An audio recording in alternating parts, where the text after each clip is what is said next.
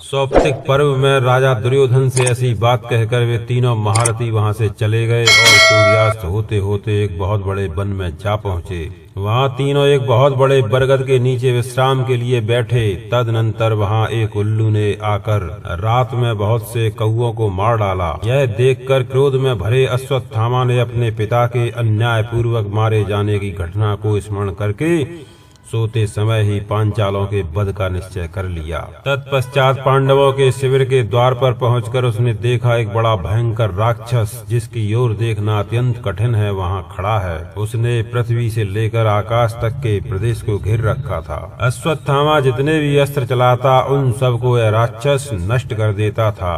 यह देखकर द्रोण कुमार ने तुरंत ही भयंकर नेत्रों वाले भगवान रुद्र की आराधना करके उन्हें प्रसन्न किया। तत्पश्चात अश्वत्थामा ने रात में निशंक सोते हुए धृष्टद्युम्न आदि पांचालों तथा द्रौपदी पुत्रों को कृतवर्मा कृपाचार्य की सहायता से परिजनों सहित मार डाला। भगवान श्री कृष्ण की शक्ति का आश्रय लेने से केवल 5 पांडव और महान धनुर्धर सात्यकी बच गए।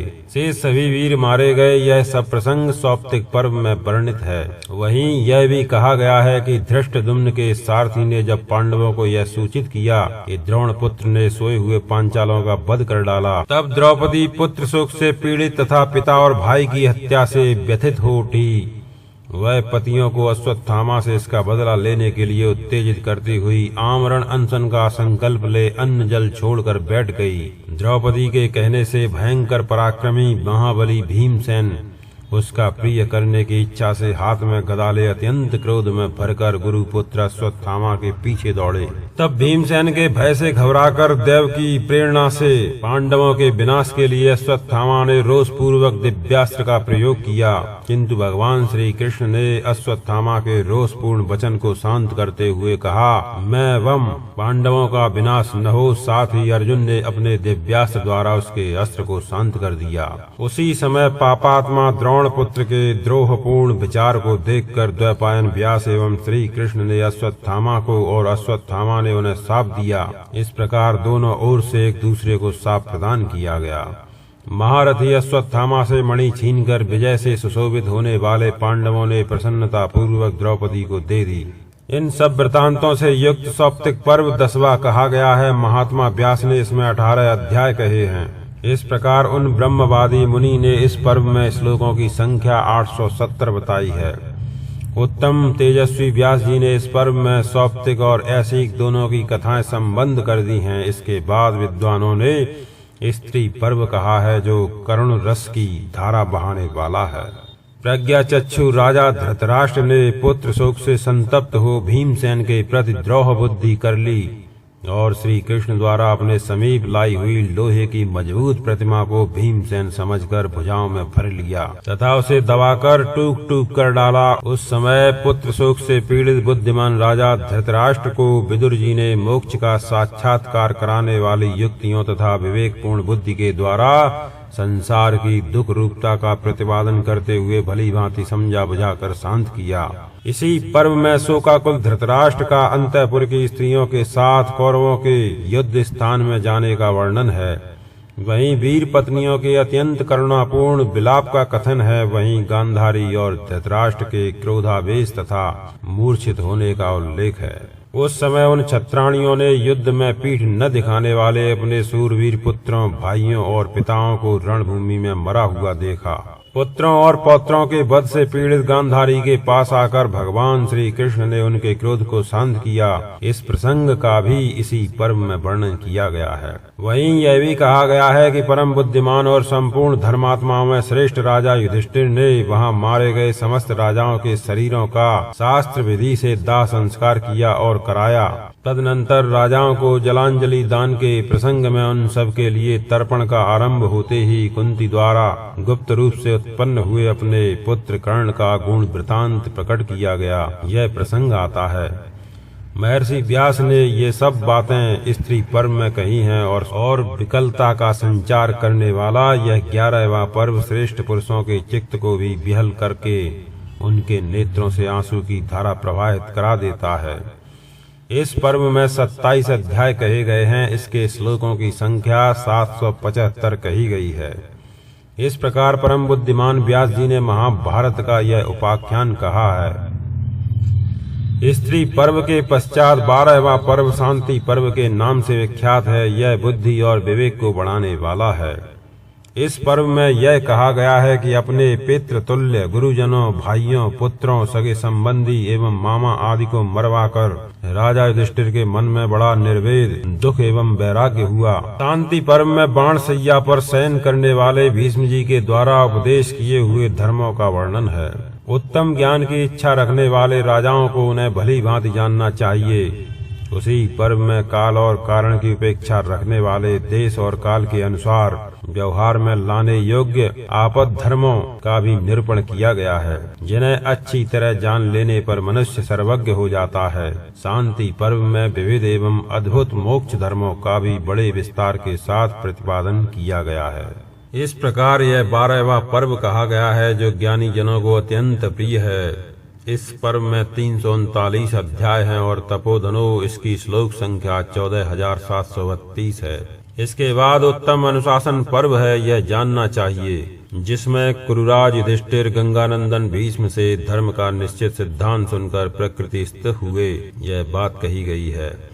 इसमें धर्म और अर्थ से संबंध रखने वाले हितकारी आचार व्यवहार का निरूपण किया गया है। साथ ही नाना प्रकार के दानों के फल भी कहे गए हैं। दान के विशेष पात्र, दान की उत्तम विधि, आचार और उसका विधान, सत्य भाषण की पराकाष्ठा, गौओं और ब्राह्मणों का महात्म्य, धर्मों का रहस्य तथा देश और काल, तीर्थ और पर्व की महिमा, ये सब अनेक वृतांत जिसमें वर्णित है, वह उत्तम अनुशासन पर्व है। इसी में भीष्म को स्वर्ग की प्राप्ति कही गई है। धर्म का निर्णय करने वाला यह पर्व 13वां है। इसमें 146 अध्याय हैं और पूरे 8,000 श्लोक कहे गए हैं। तदनंतर 14वें अश्वमेधिक नामक पर्व की कथा है, जिसमें परम उत्तम योगी संवर्त तथा राजा मरुक्त का उपाख्यान है। युधिष्ठिर को सुवर्ण के खजाने की प्राप्ति और परीक्षित के जन्म का वर्णन है। पहले अश्वत्थामा के अस्त्र की अग्नि से दग्ध हुए बालक परीक्षित का पुनः श्री कृष्ण के अनुग्रह से जीवित होना कहा गया है। संपूर्ण राष्ट्रों में घूमने के लिए छोड़े गए अश्वमेध संबंधी अश्व के पीछे पांडुनंदन अर्जुन के जाने और उन देशों में कुपित राजकुमारों के साथ उनके युद्ध करने का वर्णन है। पुत्र का धर्म के अनुसार उत्पन्न हुए चित्रांगदा कुमार बब्रुवाहन ने युद्ध में अर्जुन को प्राण संकट की स्थिति में डाल दिया था। यह कथा भी अश्वमेध पर्व में ही आई है। वहीं अश्वमेध महायज्ञ में नकलोपाख्यान आया है। इस प्रकार यह परम अद्भुत अश्वमेधिक पर्व कहा गया है। इसमें 103 अध्याय पढ़े गए हैं। तत्वदर्शी व्यास जी ने इस पर्व में 3,320 श्लोकों की रचना की है।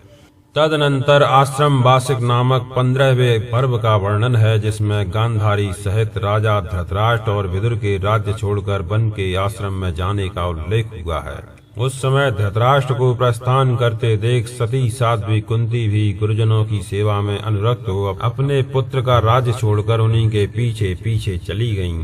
जहाँ राजा धृतराष्ट्र ने युद्ध में मरकर परलोक में गए हुए अपने वीर पुत्रों, पौत्रों तथा अन्यान्य राजाओं को भी पुनः अपने पास आया हुआ देखा। महर्षि व्यास जी के प्रसाद से यह उत्तम आश्चर्य देखकर गांधारी सहित धृतराष्ट्र ने शोक त्याग दिया और उत्तम सिद्धि प्राप्त कर ली। इसी पर्व में यह बात भी आई है कि विदुर जी ने धर्म का आश्रय लेकर उत्तम गति प्राप्त की। साथ ही मंत्रियों सहित जितेंद्रिय विद्वान गवल्य गण पुत्र संजय ने भी उत्तम पद प्राप्त कर लिया। इसी पर्व में यह बात भी आई है कि धर्मराज युधिष्ठिर को नारद जी का दर्शन हुआ। नारद जी से ही उन्होंने यदुवंशियों के महान संहार का समाचार सुना। यह अत्यंत अद्भुत आश्रम वासिक पर्व कहा गया है। इस पर्व में अध्यायों की संख्या 42 है। तत्वदर्शी व्यास जी ने इसमें 1506 श्लोक रखे हैं। इसके बाद मौसल पर्व की सूची सुनो। यह पर्व अत्यंत दारुण है। इसी में यह बात आई है कि वे श्रेष्ठ यदुवंशी वीर क्षार समुद्र के तट पर आपस के युद्ध में अस्त्र शस्त्रों के स्पर्श मात्र से मारे गए ब्राह्मणों के साप ने उन्हें पहले ही पीस डाला था। उन सब ने मधुपान के स्थान में जाकर खूब पिया और नशे से होश हवास खो बैठे। फिर दैव से प्रेरित हो परस्पर संघर्ष करके उन्होंने एर का रूपी वज्र से एक दूसरे को मार डाला वहीं सबका संहार करके बलराम और श्री कृष्ण दोनों भाइयों ने समर्थ होते हुए भी अपने ऊपर आए हुए सर्व संहारकारी महान काल का उल्लंघन नहीं किया। महर्षियों की वाणी सत्य करने के लिए काल का आदेश स्वेच्छा से अंगीकार कर लिया। वहीं यह प्रसंग भी है कि नर श्रेष्ठ अर्जुन द्वारका में आए और उसे वृष्णि बंसियों से सूनी देखकर विषाद में डूब गए। उस समय उनके मन में बड़ी पीड़ा हुई। उन्होंने अपने मामा नर श्रेष्ठ वसुदेव जी का दाह संस्कार करके आपान स्थान में जाकर यदुवंशी वीरों के निकट विनाश का रोमांचकारी दृश्य देखा। वहां से भगवान श्री कृष्ण, महात्मा बलराम तथा प्रधान वृष्णिवंशी वीरों के शरीरों को लेकर उन्होंने उनका संस्कार संपन्न किया। तदनंतर अर्जुन ने द्वारका के बालक, वृद्ध और स्त्रियों को साथ ले वहां से प्रस्थान किया, परंतु उस दुखदायिनी विपत्ति में उन्होंने अपने गांडीव धनुष की अभूतपूर्व पराजय देखी। उनके सभी दिव्यास्त्र उस समय अप्रसन्न से होकर विस्मृत हो गए। वृष्णि कुल की स्त्रियों को देखते देखते अपहरण हो जाना और अपने प्रभावों का स्थिर न रहना, यह सब देखकर अर्जुन को बड़ा निर्वेद दुख हुआ। फिर उन्होंने व्यास जी के वचनों से प्रेरित हो धर्मराज युधिष्ठिर से मिलकर संन्यास में अभिरुचि दिखाई। इस प्रकार यह 16वां मौसल पर्व कहा गया है। इसमें तत्वज्ञानी व्यास ने गिनकर 8 अध्याय और 320 श्लोक कहे हैं। इसके पश्चात 17वां महाप्रस्थानिक पर्व कहा गया है, जिसमें नर श्रेष्ठ पांडव अपना राज्य छोड़कर द्रौपदी के साथ महाप्रस्थान के पथ पर आ गए। उस यात्रा में उन्होंने लाल सागर के पास पहुंचकर साक्षात अग्निदेव को देखा और उन्हीं की प्रेरणा से पार्थ ने उन महात्मा को आदर पूर्वक अपना उत्तम एवं दिव्य गांडीव धनुष अर्पण कर दिया। उसी पर्व में यह भी कहा गया है कि राजा युधिष्ठिर ने मार्ग में गिरे हुए अपने भाइयों और द्रौपदी को देखकर भी उनकी क्या दशा हुई यह जानने के लिए पीछे की ओर फिरकर नहीं देखा और उन सबको छोड़कर आगे बढ़ गए। यह 17वां महाप्रस्थानिक पर्व कहा गया है। इसमें तत्वज्ञानी व्यास जी ने 3 अध्याय और 123 श्लोक गिनकर कहे हैं। तदनंतर स्वर्गारोहण पर्व जानना चाहिए, जो दिव्य वृतांतों से युक्त और अलौकिक है। उसमें यह वर्णन आया है कि स्वर्ग से युधिष्ठिर को लेने के लिए एक दिव्य रथ आया, किंतु महाज्ञानी धर्मराज युधिष्ठिर ने दयावश अपने साथ आए हुए कुत्ते को छोड़कर अकेले उस पर चढ़ना स्वीकार नहीं किया। महात्मा युधिष्ठिर की धर्म में इस प्रकार अविचल स्थिति जानकर कुत्ते ने अपने माया रूप स्वरूप को त्याग दिया और अब वह साक्षात धर्म के रूप में स्थित हो गया।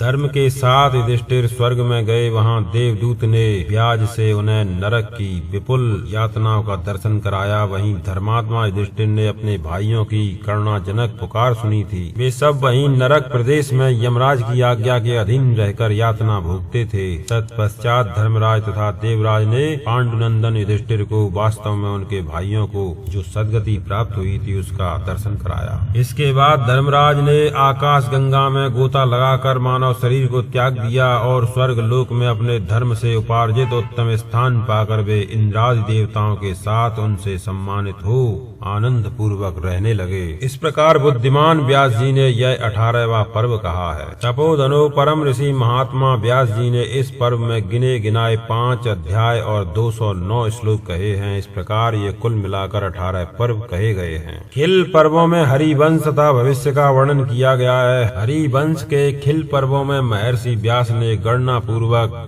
12,000 श्लोक रखे हैं। इस प्रकार महाभारत में यह सब पर्वों का संग्रह बताया गया है। कुरुक्षेत्र में युद्ध की इच्छा से 18 अक्षौहिणी सेना एकत्रित हुई थीं और वह महाभयंकर युद्ध 18 दिनों तक चलता रहा। जो द्विज अंगों और उपनिषदों सहित 4 वेदों को जानता है परंतु इस महाभारत इतिहास को नहीं जानता, वह विशिष्ट विद्वान नहीं है। असीम बुद्धि वाले महात्मा व्यास ने यह अर्थशास्त्र कहा है। यह महान धर्म शास्त्र भी है, इसे काम शास्त्र भी कहा गया है और मोक्ष शास्त्र तो यह है ही। इस उपाख्यान को सुन लेने पर और कुछ सुनना अच्छा नहीं लगता। भला कोकिल का कलरव सुनकर कौओं की कठोर काएं काएं किसे पसंद आएगी। जैसे 5 भूतों से त्रिविध आध्यात्मिक, आदि दैविक और आदि भौतिक लोक सृष्टियां प्रकट होती हैं, उसी प्रकार इस उत्तम इतिहास से कवियों को काव्य रचना विषयक बुद्धियां प्राप्त होती हैं। द्विजवरो इस महाभारत इतिहास के भीतर ही 18 पुराण स्थित हैं। ठीक उसी तरह जैसे आकाश में ही 4 प्रकार की प्रजा जरायुज, स्वेदज, अंडज और उद्भिज्ज विद्यमान हैं। जैसे विचित्र मानसिक क्रिया ही समस्त इंद्रियों की चेष्टाओं का आधार है, उसी प्रकार संपूर्ण लौकिक वैदिक कर्मों के उत्कृष्ट फल साधनों का यह आख्यान ही आधार है। जैसे भोजन किए बिना शरीर नहीं रह सकता, वैसे ही इस पृथ्वी पर कोई भी ऐसी कथा नहीं है जो इस महाभारत का आश्रय लिए बिना प्रकट हुई हो।